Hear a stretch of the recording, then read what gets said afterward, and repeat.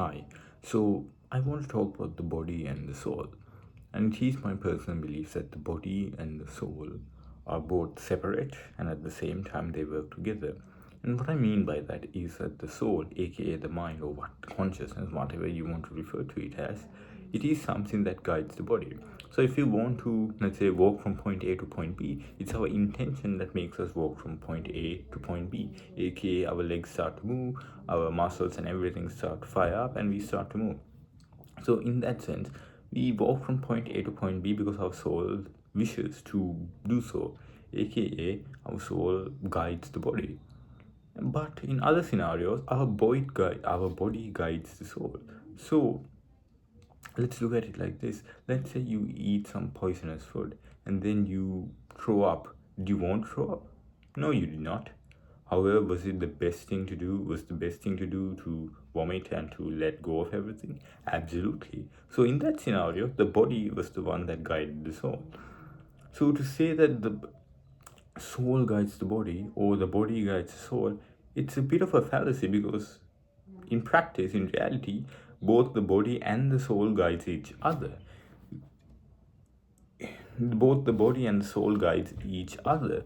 But sometimes it becomes very confusing, isn't it? Sometimes it's very confusing and it becomes very hard to differentiate between whether it's the soul guiding you or the body, or perhaps is it both.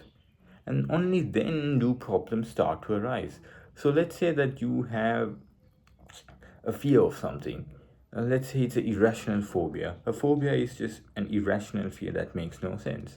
And the reason I picked this example is most people do not have this. Uh, most people do not have this fear, so it will be very easy for most people to understand. So let's say you have an irrational fear of cats. Whenever you see a cat, your heart starts to beat extremely fast. You start to feel extreme fear. So in that scenario, is that a biological issue or is that, let's say, a completely mental issue? For most people, that would be a mental issue because it's not biological. Because if it was biological, then pretty much every single human being would feel that fear when they see a small cat. But since they do not, then the most safe thing that we can say is that it is a psychological issue. But let's say you are the one who's feeling that fear. You are the one who's experiencing that phobia. If you are the one who's experiencing that phobia, and let's say that you don't know whether it's a psychological or biological issue, okay, you're a bit confused about that, then can we really blame that person for being confused? Because when you really look at it, fear is just an increase in heartbeat and let's say increase in adrenaline and all of that. So in a sense, that's a biological sensation that you're feeling. But is that biological sensation fueled by psychological stimulus, or is it just like the vomiting example, the poisonous food example? Is it fueled by, let's say, some bad food that you ate, injury, or something of the sort? We generally don't know. What if when you were young, you had a small, you have an allergy towards cats and you don't know it? And that's why whenever you feel fear around cats, it's really just your allergies acting up. It's not really psychological fear, it's just an allergy. It's an allergy which you have categorized as a psychological fear, when in reality it's just an allergy. So how do we know? How do we know if whether it's a psychological fear or just your body playing tricks on you, whether it's your soul or whether it's your body? Or whether it's both? Because sometimes it can be both. Perhaps you might have had an allergy and you also are afraid of the cats at the same time. Perhaps both of them can be true. And the way I see it, I think your body can guide your soul and your soul can guide your body. And yeah, both of them can happen at the same time. So how can you differentiate between them? And I think the way to differentiate between them, I don't think there's no clear cut answer. I think the best thing that you can do is to just experiment. Let's say you don't know whether your biological or bodily sensations, or whether it's a psychological stimulus. Let's say you don't know which one it is, so just pick and choose which one it is and expose yourself to those scenarios.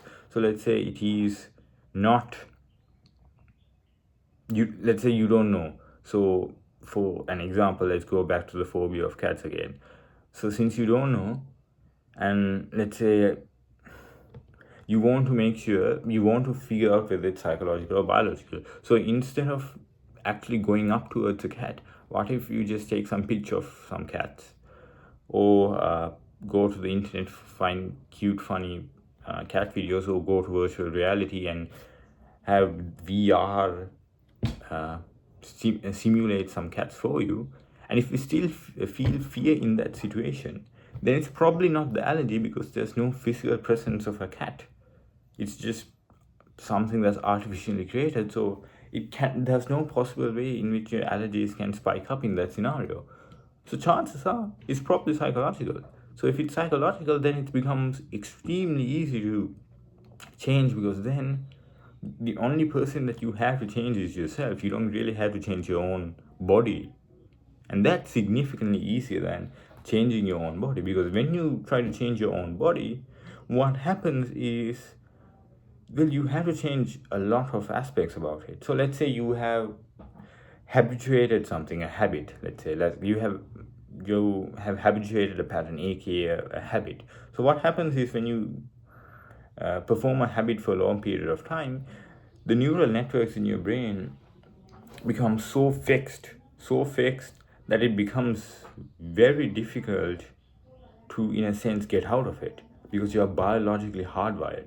So the only way in which you can get out of it is to first remove the psychological element, to first change the psychological element. Then after that, all it is just change your bodily reactions to it. And then after that, it becomes much easier, still challenging. I hope that makes sense. But yeah, that is what I really want to talk about today. And the main reason why I want to talk about today is that a lot of people have bad habits, and they, most of the time, they know that they're bad habits and they want to change. And they are very self-aware. They are very self-aware. This only applies to the very self-aware people. And if you are very self-aware about your habits, why you do them, what you gain out of them, and everything regarding that, and for whatever reason you still find yourself craving to do those bad habits, whether it be an addiction or a negative, something negative, most people associate that with themselves. But in reality, it's not really them who's doing it. It's not their soul that's responsible for actually doing it. It's their body just being accustomed in that way. So when you get these cravings, just think of it like this: it's not you. It's really not you. At least most of the time. I mean, it can be you, but if you really do want to change, if you're fully aware of what's causing the problem and everything like that, then it's not you. Because if you are not intentionally making these cravings and all of that, then it's not you, it's just your body. Then after that, it becomes significantly easier to change, because then you know, if it's just your body, it will go away within 6 weeks, because all it takes is roughly 6 weeks for the neural networks in your brain to die off. Then after that, you're basically free. But if it takes like 6 weeks to 6 months, but if it takes longer than that, for whatever reason it takes longer than that, then there's probably a psychological element to it too, and you probably have to address that. So yeah, that's what my entire rant was about, and I hope you enjoyed and I learned something from it. If you want to know more about, like, behaviors and addictions, there's this great book called The Freedom Model. It's the abridged version. It's an ebook, by the way. It's completely free. The abridged version is like 50 pages and gives you the main highlights of addiction.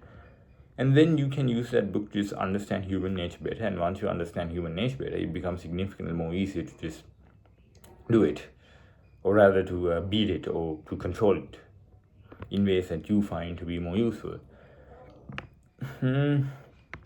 Is that all I wanted to say? Yeah, that's pretty much all I wanted to say. So Yeah. Thank you for watching this video and I hope you enjoy. Bye.